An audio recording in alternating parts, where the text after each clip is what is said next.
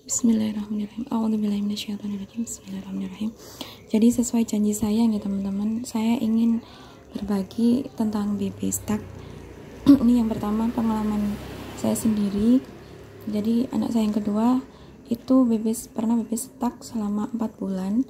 Itu cemasnya luar biasa karena ya bagaimana tidak cemas karena 4 bulan tidak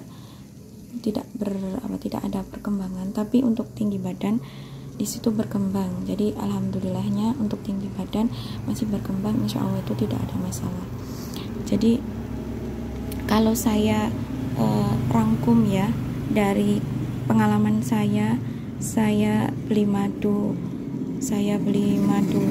penambah badan, saya dari browsing dan sebagainya, saya dapat insight dari ibu-ibu yang juga pejuang baby stuck itu.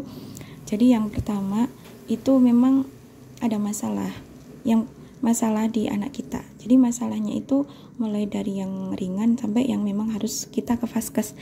Yang pertama itu masalah pencernaan, karena memang anak-anak masih balita nggih. Jadi ada yang memang pencernaan itu kurang sempurna sehingga apapun yang mereka makan itu kurang tidak bisa diserap oleh tubuh sehingga BB-nya jadi setak. Solusinya bagaimana? Itu kita cari yang kira-kira makanan apa aja yang bisa dicerna oleh anak seusia itu begitu. Kalau kita jadi memang harus mencari tahu nggih. Kalau memang balita itu ternyata tidak boleh terlalu diberi banyak serat karena pencernaan balita itu tidak didesain untuk menyerap serat lebih banyak. Jadi mereka lebih didesain ke menyerap lemak lebih banyak. Jadi kadang ada yang salah paham, oh dikasih serat biar sehat begini-begini. Ternyata mboten teman-teman. Jadi memang kita sendiri harus cari ilmunya gitu. Jadi untuk anak usia balita itu lebih baiknya dikasih lemak dan protein, dan itu pun harus diimbangi dengan kita kasih makanan-makanan yang memang sesuai untuk tahapan usia balita itu. Kalau saya dulu pakai ini namanya probiotik aksi. Jadi dia itu membantu mencerna makanan sehingga makanan itu mudah diserap oleh usus anak gitu. Jadi saya ikhtiarnya pakai itu dan pakai madu penambah nafsu makan. Nah seperti itu. Dan juga saya latih anak saya untuk sering bermain di luar, itu jalan-jalan biar sistem motoriknya itu biar tergerak, biar bangun lah istilahnya, motorik yang ada di dalam tubuhnya itu biar bersinergi begitu. Karena kadang memang ternyata kurang gerak begitu juga bisa. Jadi sering-sering dicaringkan begitu ya istilahnya, dicaringkan sama diajak jalan-jalan biar hatinya gembira, kalau bisa juga sambil makan begitu teman-teman. Kalau saya sendiri seperti itu. Nah baby stuck sendiri itu ada yang memang ada infeksi di kemih, di saluran kemihnya, karena memang masih anak-anak ini rawan itu kita harus ke vaskes. Yang ketiga ini karena memang ada TBC, yaitu TBC tuberkulosis. Itu biasanya dari keluarga memang ada yang TB. Kalau memang tidak ada yang TB ya tidak perlu khawatir. Terus ada yang memang anaknya perlu dibuatkan jadwal makan. Jadi memang mereka harus dikenalkan jadwal.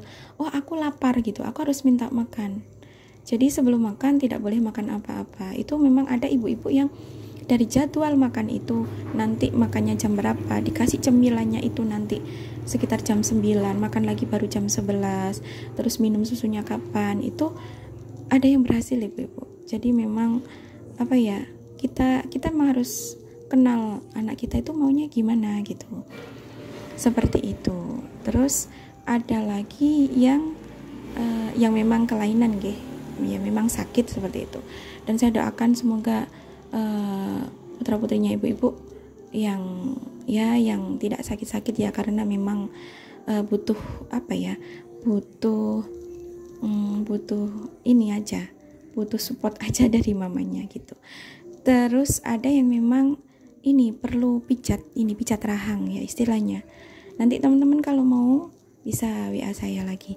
Jadi pijat rahang ini, pijat motorik yang ada di rahang ini bisa membantu anak-anak untuk mengunyah makanannya. Jadi memang ada anak-anak yang nggak mau makan karena memang ini rahangnya itu kaku, jadi dia sulit, dia malas gitu. Istilahnya dia malas kalau disuruh makan. Begitu. Nah, terlepas dari semua ikhtiar itu tadi, saya yakin ibu-ibu semua itu sudah mengikhtiarkan yang terbaik untuk anak-anaknya. Nah, ini yang intinya dari segala inti. Ini dari pengalamannya pasien Dokter Putih. Jadi anaknya ini sudah dikasih makan yang terbaik. Semuanya organik, semuanya diolah sendiri. Tapi BB-nya stuck, teman-teman. Jadi dia itu overthinking namanya ibu-ibu nggih. Sama seperti kita, kalau anak sakit atau apa mesti overthinking. Dan ternyata overthinking ini tidak boleh dalam Islam. Nah, itu ternyata setelah ditelusuri ibunya ini terlalu cemas. Jadi udah dikasih yang terbaik tapi masih cemas. Aduh, anakku BB-nya setelah ini nak enggak ya, sampai berkali-kali ditimbang, dikit-dikit ditimbang, masih kayak enggak yakin begitu. Nah, seperti itu. Jadi manusia itu punya ini, teman-teman, punya tubuh ini dibagi dua, yaitu fisik dan non fisik. Kalau fisik itu yang bisa kita pegang, ini namanya fisik.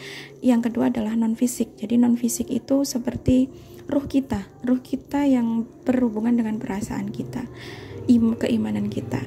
Nah, ternyata tubuh non fisik kita itu mempunyai gelombang, yang mana gelombang itu bisa berkaitan antara gelombang satu dengan gelombang orang yang lainnya. Nah, gelombang ini paling pengaruh ke orang-orang terdekat kita. Begitu, teman-teman. Jadi kalau ibunya cemas, padahal udah dikasih yang terbaik, tapi dia masih cemas, itu ngefek ke BB anaknya itu tadi, seperti itu. Dan intinya anak tidak mau makan, semuanya, atau mungkin ada masalah apapun, itu semuanya adalah ujian dari Allah. Jadi tugas kita adalah yakin, oh, Allah ngasih aku ini. Jadi panduannya adalah, ya Allah, mungkin anakku sekarang stuck di BB seperti ini, aku udah usahakan yang terbaik seperti ini yang aku mampu, semuanya aku pasrahkan kepada Panjenengan. Dan jangan overthinking lagi ya, teman-teman. Kalau sudah pasrah, intinya yakin aja sama Allah. Insya Allah, memang Allah yang memang bikin stuck. Jadi Allah yang akan memperbaiki semuanya. Jadi semuanya kembali lagi, keyakinan kepada Allah itu yang diuji. Apakah kita termasuk sabar, kita nggak sumpek. Jadi kalau kita sudah pasrah, itu intinya insya Allah kita tenang. Karena apapun yang terjadi memang semuanya atas kehendak Allah. Begitu, teman-teman G. Jadi semoga bermanfaat. Kalau misalkan ada pertanyaan lanjutan, boleh nanti WA di saya. Gitu, wa a'lam bishawab. Alhamdulillah.